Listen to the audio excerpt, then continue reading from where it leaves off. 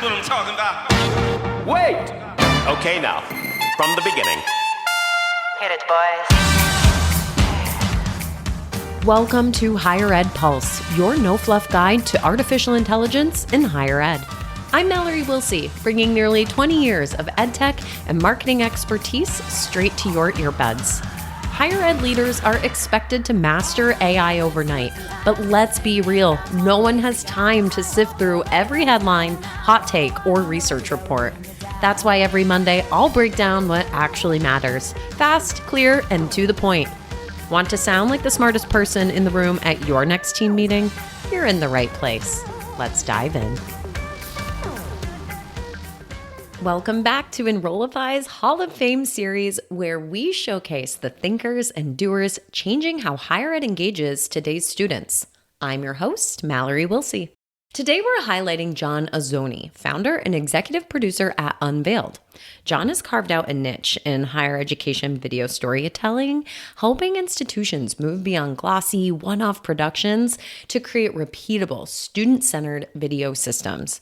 His work consistently reminds us that video isn't just about viral hits, it's about building trust, sharing authentic student stories, and meeting Gen Z where they are.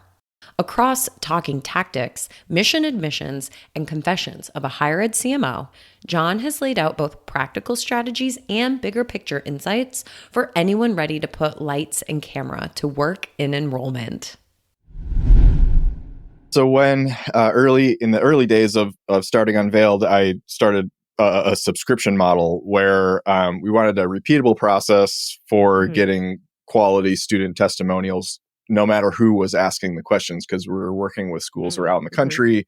It's not always me flying out everywhere. I'm partnering with local, directors local to the school, and wanted to create a system where there could be some intuition, we could dig around, but also like a safety net of like these questions, these fill in the blank questions are going to give us, high likelihood that we're going to get concise quality answers. So that's what it was we need to find a way to sort of control the opening of the sentence a little bit, because sometimes you just need the student to say like such and such college is great or awesome, and if you just ask a woo-woo question, they might go on and on tangents and stuff like that, and you won't get that concise soundbite. You can't start or end with it. So one of my biggest pet peeves ever, and I've had this for, I feel like over a decade, are student testimonial videos where like you listen to them and they just say things like, oh, I'm so grateful for the opportunities blank college gave me because I wouldn't be here if it wasn't for them. I'm like, well, what are the opportunities? Where are you? How? Like, I'm just always like, tell me the specifics. Yeah. Because anybody could say that about anything. I just find it so useless. I love this idea because you can go deeper. You can actually get them to a specific point.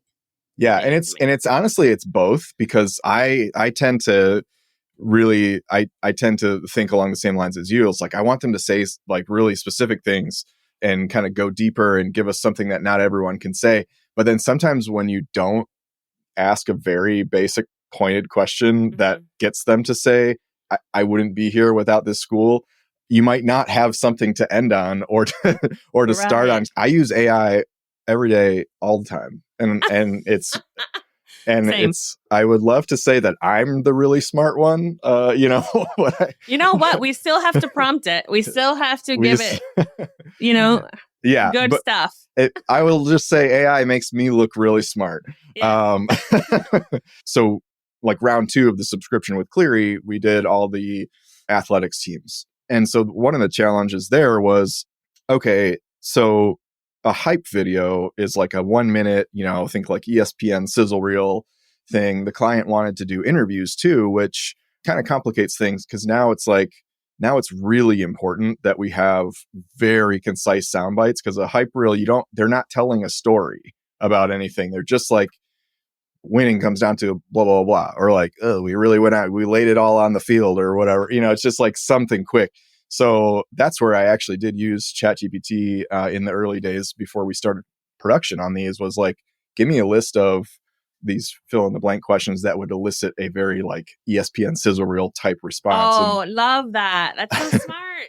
Yeah. Yeah. So I can't remember which ones I came up with and which ones AI came up with. Cause a lot of times it's like, it'll give me, ChatGPT will like spark an idea for me. And I'm like, okay, I'm going to go down that path. But like a couple of them were also like winning games comes down to blank. Bringing the intensity every game requires blank. One of my favorite ones was on this team, you can't be afraid to blank. And then some of the just normal ones were like, what gets me excited about this team is blank, or like golf is blank, and that was one that people struggled with because they're like, I'm like talking to the esports team, like for lack of a better word, the video game version. Athletics team. And I'm like, all right, just, esports is blank. And they're like, I don't know, like esports is like, they're trying to define it. Yeah. So I had to sort of qualify with that with like, I just need to say like esports is awesome. Esports is terrible. It's whatever, just one word. So yeah, but AI is always really helpful in that way. And this was no exception. Yeah. So I think one of the things that I really try to do with this show is make this seem possible for folks. Like, oh, I can do this, right? And you are a professional, like you do this for a living. But if folks are kind of stuck and they need to do their Instagram stories with their phone on campus, like these are tips that would make those videos really engaging too. Yeah, absolutely. I mean, I think that like, these man on the street videos, like where you just see someone with a microphone and you prompt them with a question, that's a great way to use this too, is just like think of some sort of interesting question that they can sort of fill in the blank with. And that can kind of become a piece of content that everyone can answer, and it can kind of be a series in this one video. John shows us that smart systems can save time while keeping video authentic, but his thinking goes beyond editing hacks. It's about reimagining video as an enrollment tool, not just a marketing deliverable. A fact he made apparent on his appearance on Mission Admissions. For my clients, a lot of what we do is more of that sort of mid funnel, bottom funnel type of stuff. So like, telling the story of a student or alumni that's doing a cool job or whatever it is. So there's certain things within there that I think are effective. And one of the things that we see requested a lot is program overview videos told in a human sort of way. So not just like text on screen, like here's all the bullet points of like why this program's great. It's more like what was somebody's experience with that program and how that illustrates the value of the program. So that's one thing that we're seeing a lot of. Top of the funnel, if you go to our website, we did actually have this whole report on 7 themes of videos that are working really well, like getting lots of views, engagement, and stuff like that. So there's 7 different things, like man on the street videos, like user generated content around like getting into the school, like people celebrating, like opening up their inbox and seeing they got accepted. I mean, there's a bunch of them. The URL is unveiled.tv/higher ed video.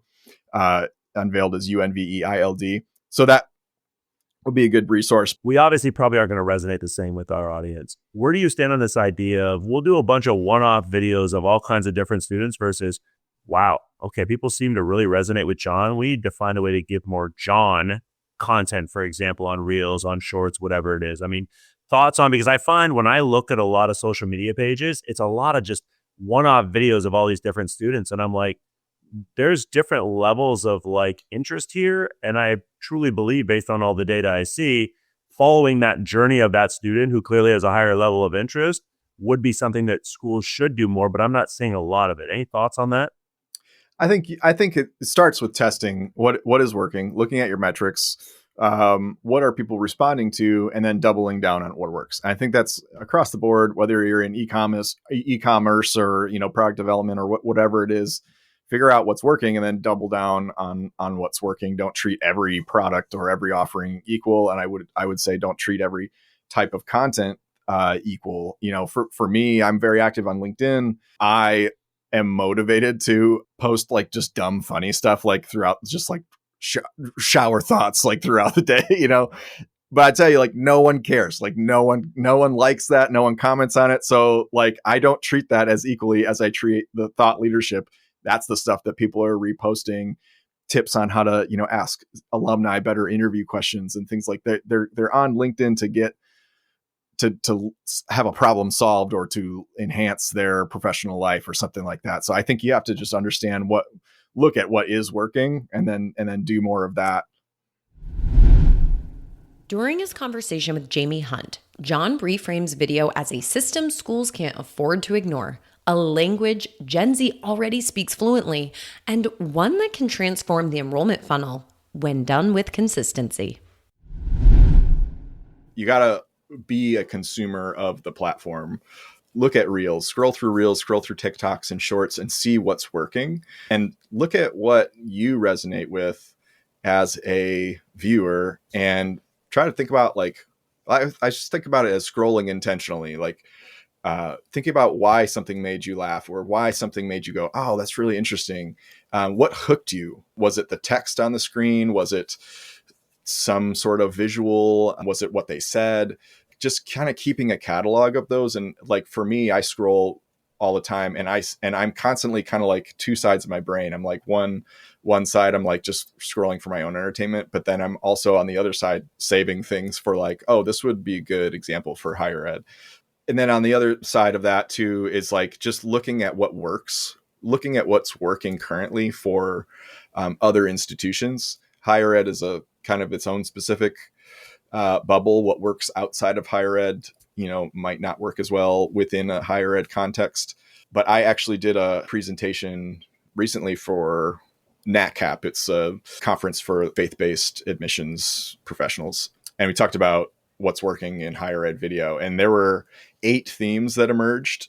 Just a few of them would be like emotional moments, for instance, like people like NYU did a video that got a ton of views that was like people opening their acceptance letters, it's just user generated stuff.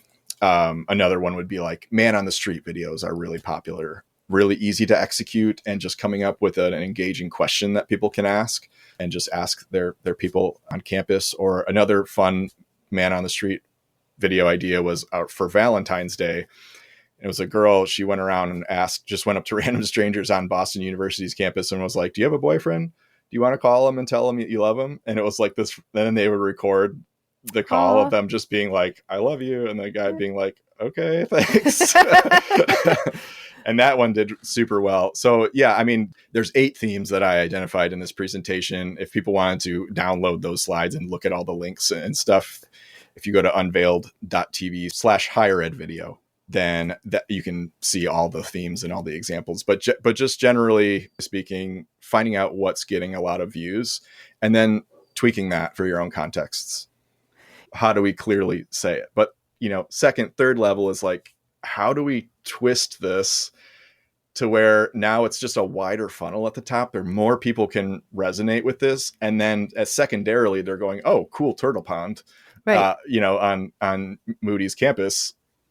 But that's how you get things to spread. And that's sort of that storytelling tactic. And that's why stories work really well, is because, if you're engaging a different part of the brain. When you listen to someone giving a TED talk or something and they're a really good storyteller, it's like when they start telling a story, everyone just zeroes in and you just go along this journey. Like you just focus. And that's how you get people to absorb the message that you want. So there are different methods for doing that. And I think when we think about like storytelling, it doesn't necessarily, like on TikTok or Reels, have to be a literal story, but just taking that concept of why storytelling works, it's because you've twisted it into something that's just a side door from the thing that you want to say. From tactical hacks that save editing hours to system-level thinking on content pipelines to reimagining short form as an authentic storytelling tool, John Azoni is redefining what video can mean for enrollment. He's a reminder that lights and cameras only matter if they bring student voices, emotions, and everyday truths into focus. That's why he belongs in the Enrollify Hall of Fame. Thanks for tuning in, and keep an eye out for our next spotlight on the leaders shaping the future of higher ed marketing and leadership.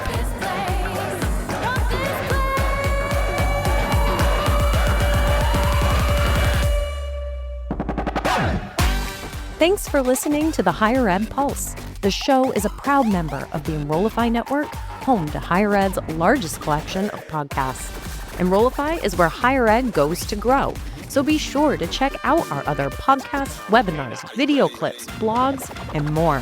Visit enrollify.org and subscribe for all the latest details and content drops directly to your inbox. Enrollify is brought to you by Element 451, the digital workforce platform for higher ed.